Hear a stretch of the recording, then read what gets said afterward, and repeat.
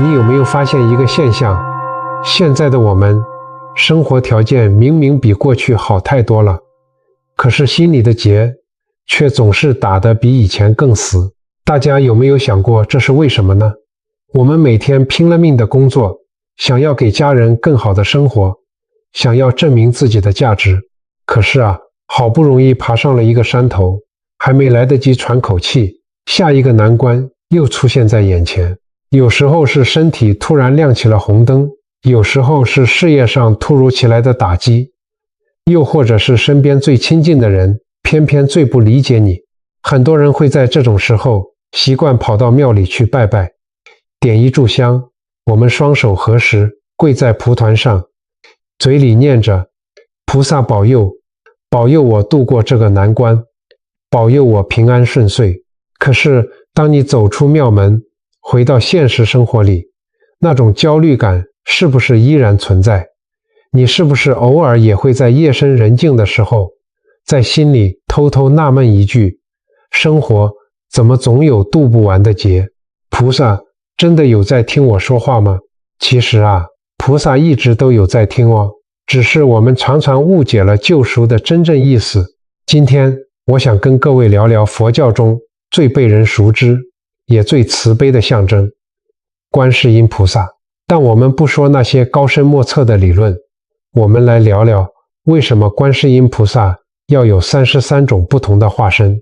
在《妙法莲华经》的普门品里面有这么一句话：应以何身得度者，即现何身而为说法。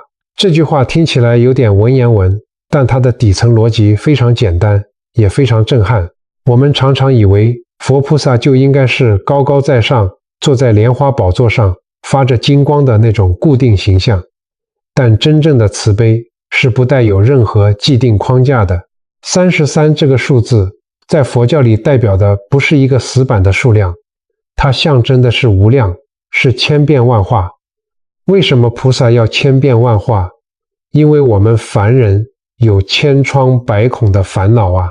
你可以把观世音菩萨想象成一位医术最高明的医生。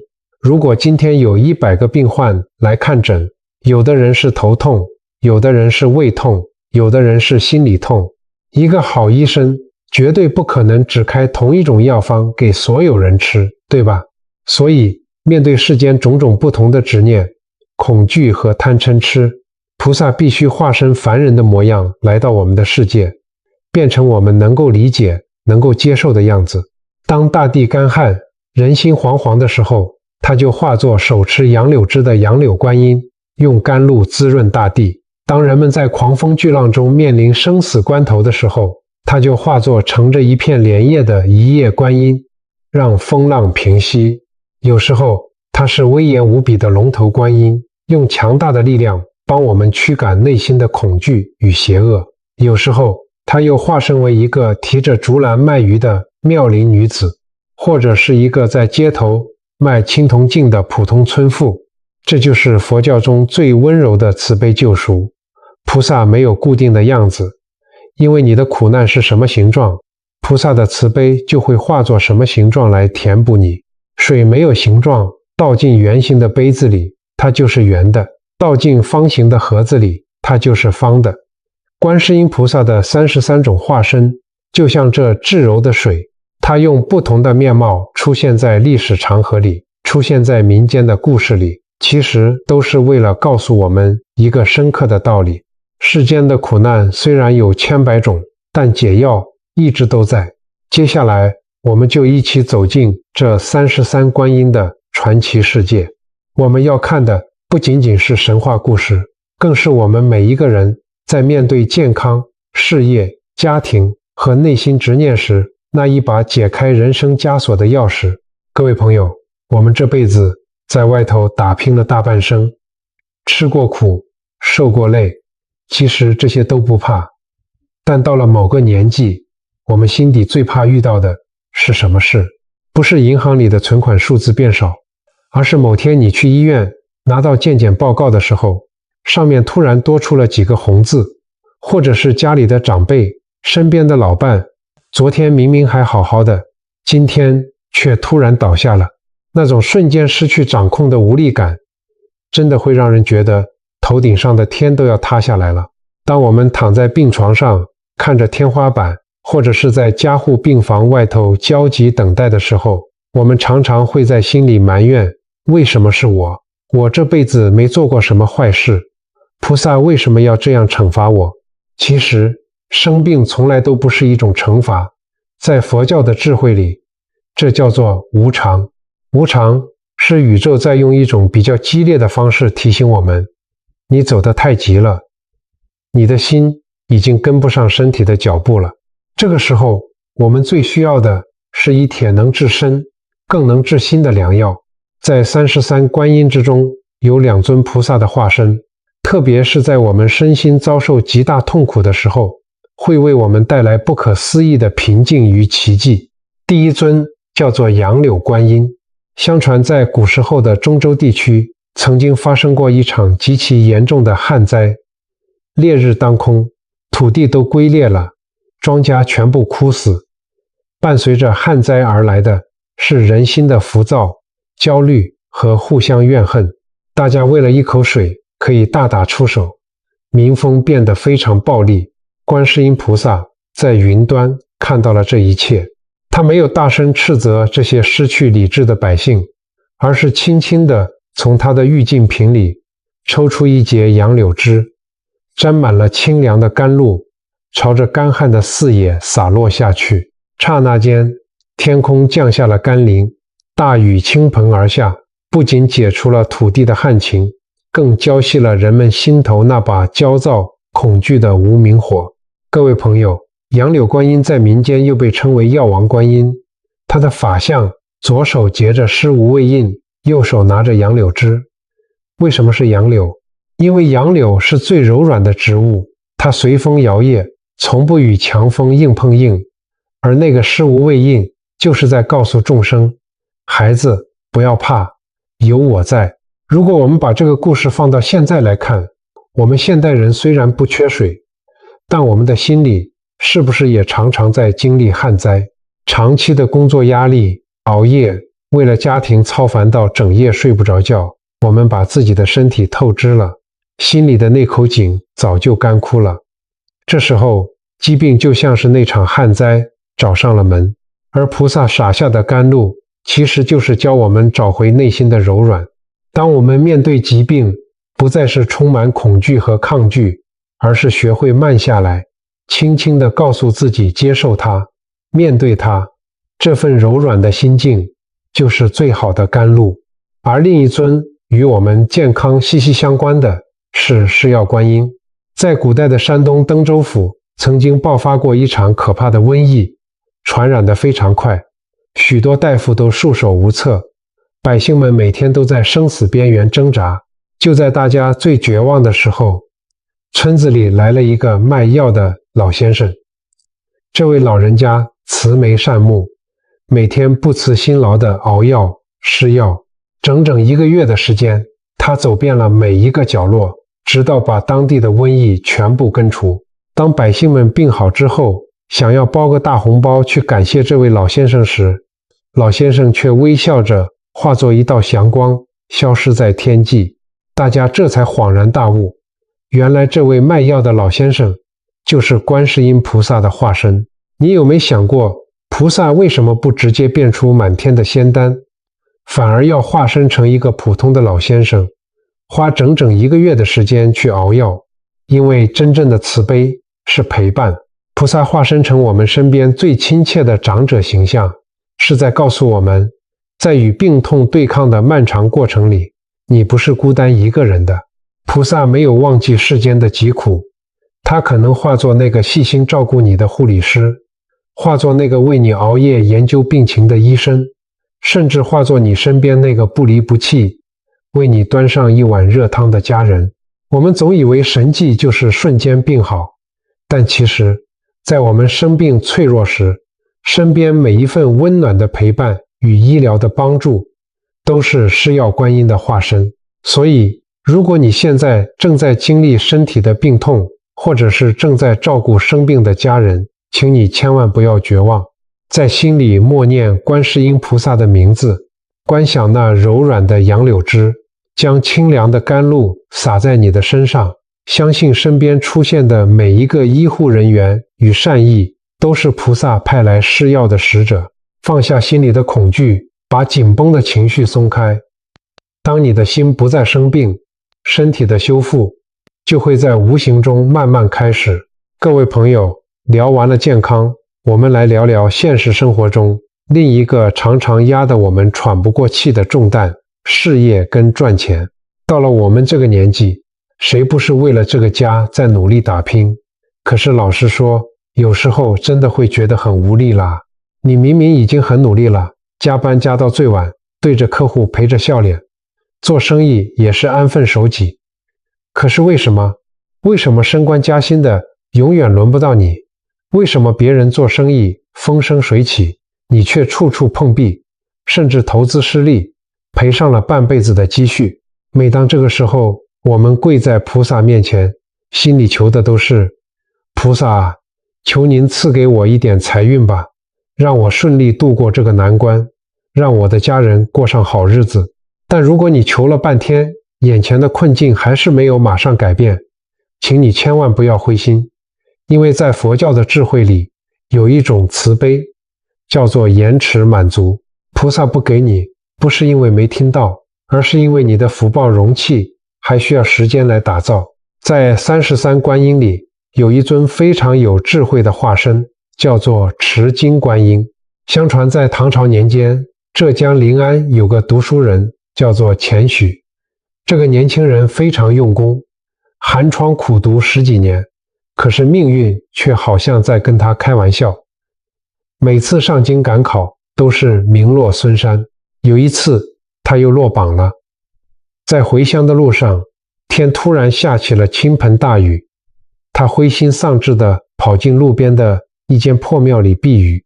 那时候的他觉得自己的人生彻底完蛋了，所有的努力都白费了。就在他最绝望的时候，他抬头一看，庙堂正中央端坐着一尊手持经书的观音菩萨。菩萨没有说话，只是静静地看着他，手里拿着那卷象征智慧的经书。在那一瞬间，前途突然悟了。他感受到菩萨的法相里有一种安定人心的力量。他突然明白，菩萨手里的经书代表的不是死读书，而是智慧与定力。一时的落榜算什么？如果因为一次的失败就一蹶不振，那才是真正输了。他跪在菩萨面前，磕了头。回家之后，不再怨天尤人，而是重新静下心来，发愤图强。几年之后，钱钟终于考取了功名，甚至后来成为了一方之主。为了报答菩萨的恩情，他发愿修庙奉供。各位，大家有没有发现，菩萨并没有在破庙里直接变出一张状元及第的诏书给他？这就是菩萨的智慧。如果菩萨当时直接让他考上，他可能只是一个心浮气躁的小官，但菩萨给他的是面对挫折的定力。菩萨在教他，你的才华还撑不起你的野心，你需要再沉淀一下。当你把心性磨练好了，属于你的福报谁也抢不走。除了持经观音，还有一尊菩萨叫做众宝观音。民间传说，江北有一位姓万的阿伯，他为人非常老实本分，每天勤奋工作，可是因为不懂得做生意的美角，日子过得非常清苦。但他有一个特点，就是不管生活多苦，他每天早中晚都会虔诚地向家里供奉的观音菩萨顶礼跪拜。他供奉的这尊观音法像很特别，身上挂满了各种珍宝。万阿伯拜菩萨从来不贪求一夜致富，他只求菩萨保佑一家人平平安安，保佑他每天都有体力去老实干活。他的这份真诚、善良与勤恳，最终感动了菩萨。在菩萨的无形加持下，他那种老实本分的性格慢慢赢得了周围人的信任，大家开始愿意把生意交给他做。渐渐的，万阿伯靠着累积下来的信誉，日子越过越旺，家道也兴隆了起来。这尊众宝观音其实就是在点化我们现代人。我们现在的人太渴望速成了，看到别人赚钱，我们就焦虑；事业一卡关，我们就觉得是不是风水不好。但众宝观音告诉我们，真正的宝不是天上掉下来的金元宝，而是你身上的品格，你的勤奋，你的诚实，你的善良，这些都是你一点一滴存进福报银行里的存款。所以，如果你现在正处在事业的低谷，或者为钱所困，请你换一个角度想，这或许是菩萨在帮你挡灾。菩萨怕你德不配位，怕你现在有了钱，反而会迷失方向。静下心来，专注做好手边的每一件小事，善待身边的每一个客户跟缘分。你要相信，菩萨看得到你的努力。当你的心性成熟了，福报自然就会像众宝观音身上的珍宝一样，不求自来。各位朋友，我们刚刚聊过了事业的挫折与财富的累积，但在现实生活中，还有一种苦，不是因为我们得不到，而是因为我们想要得太多。大家有没有发现，人一旦尝到了甜头，欲望就像是一个永远填不满的黑洞。换了新车，就想要更大的房子，赚到了100万，就想着要赚1000万。为了达到这些目标，我们不仅把自己逼到了极限，有时候我们甚至会在无意之间把压力转嫁给身边的人，甚至是牺牲别人的利益来成就自己。这种被欲望蒙蔽双眼的状态，在佛教里叫做无明。在33观音中，有一尊菩萨的出场方式最为奇特，也最具有警示的意味，它叫做蛤蜊观音。相传在唐朝文宗年间，这位皇帝有一个特别的爱好，他非常喜欢吃海里的蛤蜊。皇帝爱吃，这可不得了，底下的官员为了讨好皇上，便下令沿海的百姓每个月都必须进贡数量庞大的顶级蛤蜊。各位要知道，在古代没有现代化的捕捞设备，那些住在海边的渔民为了凑齐进贡的数量，不管是狂风暴雨还是台风季节，都必须硬着头皮驾着小船出海。海浪无情啊，多少次出海就是生离死别。沿海的村落里，几乎家家户户都有因为捕捞蛤蜊而葬身海底的男丁。村子里到处都是失去丈夫的寡妇，失去父亲的孤儿，那一声声的哭喊，伴随着海浪的呼啸，真的是人间炼狱。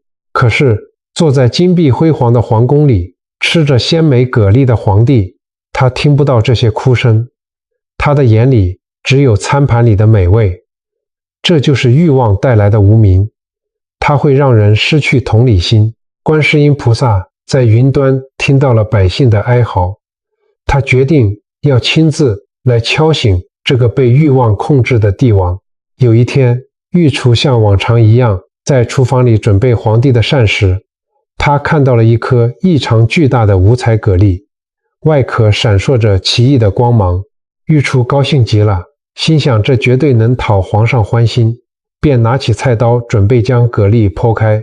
可是邪门的事情发生了，不管御厨用多大的力气，刀劈、火烤，甚至用力摔在地上，这颗五彩蛤蜊竟然纹丝不动，连一道裂痕都没有。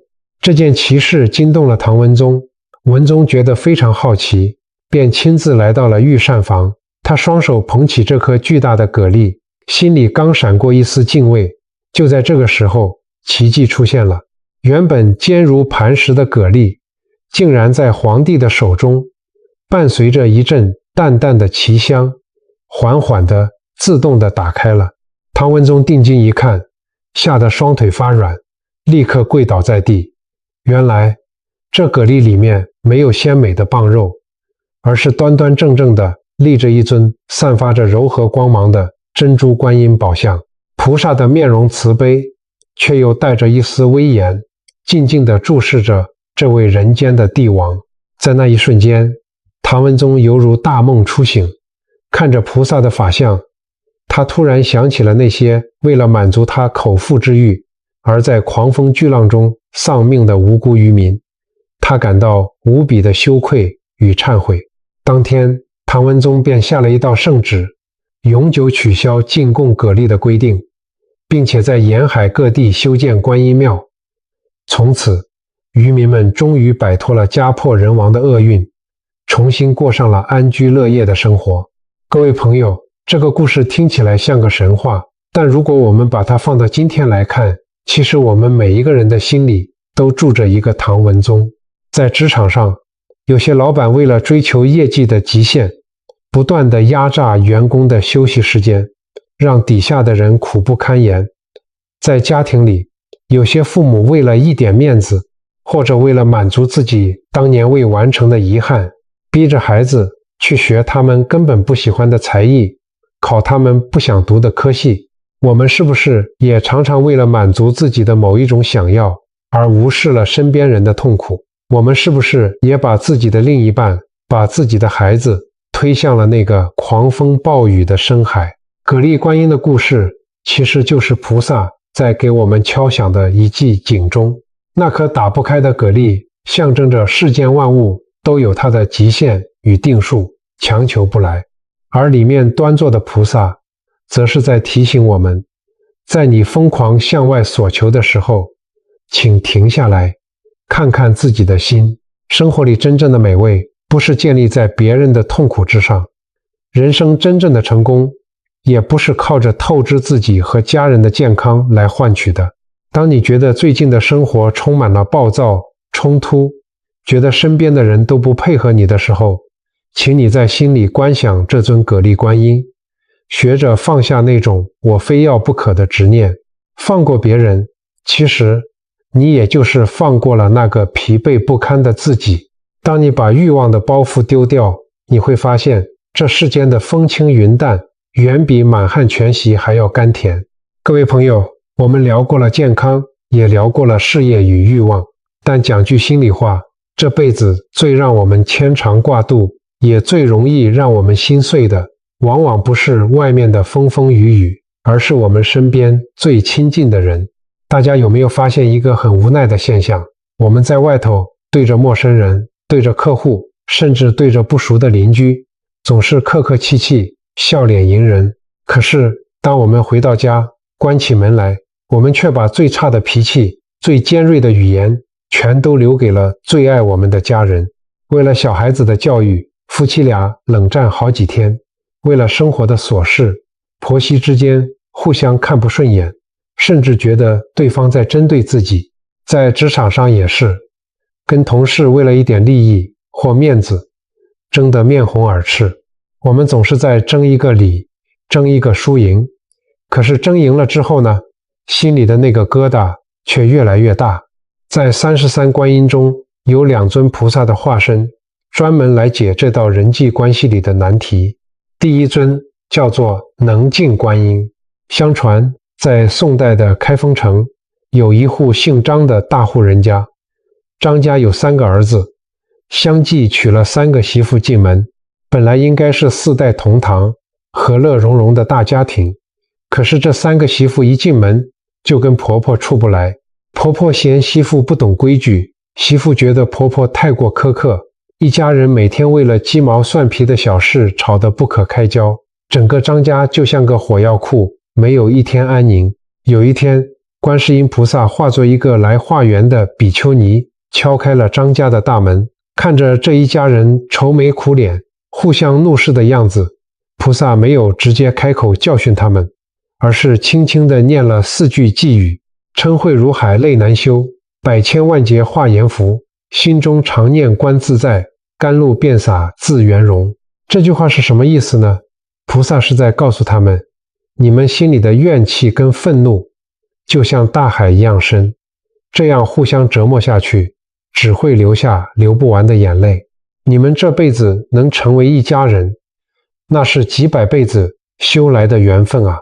如果大家都能放下心里的成见，多看对方的好，退一步海阔天空，家里自然就会圆满和睦。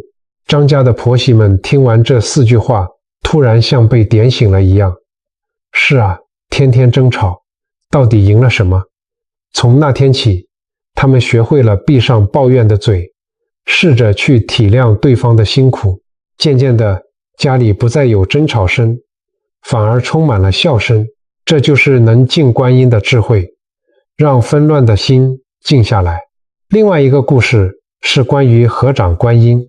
在湖州有2个做邻居的老人家，一个是做木工的张木匠，一个是种果树的陈老伯。常言道，远亲不如近邻。这2家人原本可以互相帮忙，却因为2栋房子靠得太近，天天为了一点地盘界限吵架，最后竟然变成了死对头。观世音菩萨知道了，就化作一个很有钱的商人来到这里。他先是用很公道的价格买下了陈老伯多余的木材，然后用非常便宜的价格半买半送地转卖给张木匠。接着商人又花钱请张木匠帮忙介绍许多亲戚朋友去买陈老伯的水果。一来二去，张木匠心想，陈老伯的木材帮了我大忙。陈老伯心想，多亏张木匠介绍客人，我的水果才卖得这么好。2家人的隔阂就这样在不知不觉中消除了，从冤家变成了互相照应的好邻居。这时候商人才在半空中现出了合掌观音的庄严法相。各位朋友，菩萨为什么要合掌？一只手拍不响，2只手合在一起，这就在教我们合掌观音是在教我们，人跟人之间没有永远的敌人，只有放不下的执念。我们总以为把别人的地盘占过来，自己就赢了。但菩萨告诉我们，把利益分给别人，大家一起好，才是真正的双赢。家不是讲理的地方，是讲爱的地方。如果你现在正因为跟家人的冷战而痛苦，或者因为跟别人的恩怨而心烦意乱，请你试着在心里呼唤能静观音与合掌观音，静下心来，把那双总是指着别人鼻子的手收回来，在胸前轻轻合掌。当你愿意先低头，先释放善意的时候，你其实不是认输，而是你成长了，你的心胸变得像菩萨一样宽广了。放过别人，其实就是放过你自己。各位朋友，放下了与亲近之人的恩怨，我们接下来要面对的是人生中最难解也最痛的一种执念。这种执念往往打着爱的名义，却把我们自己，甚至把我们最爱的人勒得喘不过气来。我常听到很多到了我们这个年纪的朋友在抱怨，我那个儿子啊，30好几了还不成家，我都快急死了。或者是我女儿一个人在国外工作，我每天晚上都睡不着，就怕她吃不好，被欺负。我们为了儿女操碎了心，小时候担心他们生病，长大担心他们读书，毕业了担心他们的工作，结了婚还要担心他们的下一代。这种永无止境的牵挂，就像是一根看不见的线，紧紧地绑在我们的心脏上。只要孩子那边稍微有一点风吹草动，我们的心就会跟着狠狠地抽痛。可是各位，大家知道吗？在佛教的观点里，过度的担忧其实就是一种不信任，更是一种最深的自我折磨。在33观音中，有一尊特别为了天下父母而化现的菩萨，他叫做多罗尊观音。这个故事发生在战乱频繁的北宋末年，当时金兵大举入侵，朝廷为了抵抗外敌，在全国各地强行抓壮丁去当兵。在一个偏远的村落里，有一位白发苍苍的老阿婆，她的命运非常悲惨。她膝下有3个儿子，竟然在同一次征兵中全部被官兵强行带走，送上了生死未卜的战场。家里只剩下年迈的她，还有柔弱的媳妇和年幼的孙子相依为命。从儿子们被带走的那天起，这位老阿婆的生活就失去了所有的色彩。她每天天一亮就搬个小板凳，坐在家门口，望着村口的那条黄土路，盼着儿子的身影能出现。不管是刮风下雨，还是大雪纷飞，她就那样呆呆地坐着。村里偶尔传来前线战败的消息，她就吓得浑身发抖。看到别人家的儿子平安归来，她就哭得撕心裂肺。她每天以泪洗面，哭干了眼泪，哭出了血丝。因为思念太过煎熬，忧思过度，没过几年，这位老阿婆的双眼竟然渐渐模糊，最终彻底失去了光明，瞎了眼的老阿婆每天只能在黑暗中摸索，在梦里呼唤儿子的名字，那种无助和绝望，连路过的人看了都忍不住落泪。就在阿婆的生命即将走到尽头的时候，村里来了一个穿着简朴、四处行医的云游郎中。这位大夫来到了阿婆的门前，用极其温柔的声音对她说：“老人家，我是来给您治眼睛的。”阿婆摇摇头，苦笑着说：“大夫啊，我的眼治不好了，就算治好了，看不见我的儿子们，这双眼睛留着又有什么用呢？”大夫轻轻握住阿婆那双布满老茧的手，说了一段非常有智慧的话：“老人家，您的眼睛之所以看不见，是因为您的心里装了太多的恐惧。您每天都在为儿子们设想最坏的结局，您用眼泪把他们淹没了。您要相信，每个人的生命里都有他们自己该走的因缘和福报。您在这里哭瞎了眼，他们在前线反而会感到不安啊。”说完，大夫从怀里拿出了一株散发着清香的草药，轻轻敷在了阿婆的眼睛上。奇迹发生了，一阵清凉的感觉穿透了阿婆的双眼，直达她的心底。当她缓缓睁开眼睛时，她不仅重新看见了光明，更看见了眼前这位大夫的真实身份。他正是慈悲无比的多罗尊观音。菩萨对阿婆微微一笑，化作一道金光升上天空。而在菩萨消失的方向，远处传来了急促的马蹄声。原来战争结束了，阿婆的3个儿子竟然毫发无伤地从战场上平安归来了。各位朋友，这个故事里的眼盲其实是一个非常深刻的隐喻。当我们对儿女的牵挂变成了极度的焦虑时，我们就如同那位瞎了眼的老阿婆，我们看不见生活里其他的美好，看不见身边老伴的关心，甚至看不见孩子们其实已经具备了照顾自己的能力。我们被担忧彻底蒙蔽了双眼。多罗尊观音化身为大夫，治好的不只是阿婆的肉眼，更是她心里的执念。在佛教里，担忧是一种最差的心念感召，你越担心什么，就越容易招来什么，而祝福却是一种无比强大的正向愿力。从今天起，当你又开始忍不住想要操心的时候，请你在心里默默地对孩子说：“我相信你，你有足够的智慧去处理你的人生。我把一切交给菩萨，愿菩萨护佑你平安。”把紧抓着不放的双手松开吧。当你学会了退一步，学会了信任他们生命的韧性，你会发现孩子反而飞得更高更稳，而你自己也终于能在这漫长的人生岁月里重新找回那份久违的心灵的自由与光明。有一种深爱叫做不执着，有一种保护叫做放手。各位朋友，我们常说佛法在世间，不离世间觉。观世音菩萨有33种化身，那你知道第34种化身是谁吗？其实就是荧幕前的你自己。真正的修行不是要你抛家弃子跑到深山里去打坐，也不是要你每天花好几个小时念经。真正的修行就藏在你每天起床、吃饭、睡觉，还有跟人说话的这些小事里。今天我为大家整理了3个微小行动，不用花钱，也不用花很多时间，只要你今天看完这支影片，明天甚至现在立刻就能开始做。第一个行动，早晨的洒水静心练习。33观音里有一尊叫做洒水观音，也叫滴水观音，他的手里拿着洒水器，为世人洗净深重的烦恼与污垢。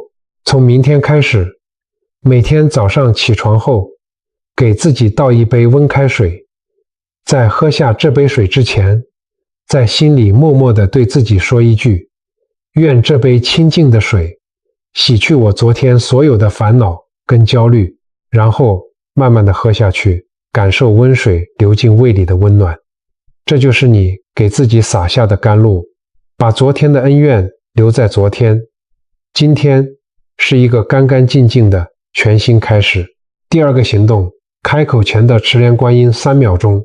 我们刚才说过，许多关系的破裂都是因为我们讲话太快太冲。33观音中有一尊持莲观音，他的手里捧着一朵纯洁的莲花，象征着清净无染的心愿。我们每天出门跟人接触，不管是对家人、同事还是伴侣，当你心里有一股火上来，想要批评对方或者想要抱怨的时候，请你在心里默念持莲观音，然后强迫自己停顿3秒钟，就3秒钟，问问自己，我现在要说出口的这句话是像刀子一样会割伤人，还是像莲花一样会带来清香？试着把一句批评换成一句微小的赞美或感谢，你会发现，当你口吐莲花的时候，你周围的磁场瞬间就变柔和了。第3个行动，睡前3分钟的一如观心法。33观音里还有一尊境界极高的一如观音，代表着放下一切对立与分歧，达到圆满的境界。现代人为什么常失眠？因为我们把一整天的情绪垃圾都带到了床上去。今天晚上睡觉前，请你把手机放在离床远一点的地方，闭上眼睛，给自己3分钟的时间，回想今天发生的事，挑一件让你最不开心的人或事，在心里对他说，我原谅你了，或者对那个表现得不够完美的自己说，没关系，你今天已经做得很好了。把这一天彻底放下，带着一颗不记仇、不焦虑的心入睡。当你的心自在了，菩萨的智慧自然就会在你的梦里生根发芽。各位朋友，这3个小动作听起来是不是很简单？但只要你每天坚持做，你就是在唤醒你内心深处那尊最慈悲的观世音。各位朋友，今天我们花了这么长的时间，一起走进了33观音的传奇世界。回过头来看，不管是救苦救难的杨柳观音，点化迷津的持经观音，还是化解恩怨的能静观音，常言道，33观音不仅是佛教慈悲智慧的化身，更是人们心灵的依托。这句话说得真好，但我想再为这句话加上一个注解，这33种化身其实从头到尾都在告诉我们一件事，菩萨从来就没有离开过我们。当你生病无助的时候，那个尽心尽力照顾你的医生和护理师就是你的药王观音。当你事业陷入低谷，那个愿意无条件拉你一把借你周转的朋友就是你的众宝观音。当你在外头受了满腹委屈，那个愿意安静听你发牢骚为你热一碗汤的家人就是你的能静观音。甚至当你愿意放下心里的执念，选择去原谅那个曾经伤害过你的人时，当你愿意在别人困难的时候伸出你的手时，在那一刻，荧幕前的你也就是那尊最庄严最慈悲的观世音菩萨。生活里的劫难或许真的有33种甚至300种，但我们内心本自具足的慈悲与智慧却有无数种解药。这世间最美的相遇从来都不是在金碧辉煌的寺庙里遇见了佛像，而是在红尘的百转千回跌跌撞撞中，终于遇见了那个越来越柔软越来越包容的自己。影片到了尾声，我想邀请荧幕前的你和我一起做一件非常有意义的事。佛家常说起心动念皆是因果，请你在下方的留言区留下一句善言，或者为你最牵挂的家人朋友，甚至为你自己写下一句祈福的话语。你可以写下愿家人平安健康无病无灾，也可以写下愿我能放下执念心生欢喜，或者只是一句简单的南无观世音菩萨。千万不要小看这一个简单的打字动作。当1000个人10000个人都在这支影片底下留下善念的时候，这个留言区就会凝聚成一个无比强大的正向磁场。你的每一次善意分享都会化作甘露，不仅滋润了看留言的陌生人，这份强大的愿力最终也会回向到你自己的人生里。感谢大家今天的陪伴，愿我们都能在世间的风雨中修得一颗观自在的心。如果你喜欢今天的内容，请帮我把这份慈悲分享出去。我们下期影片再见。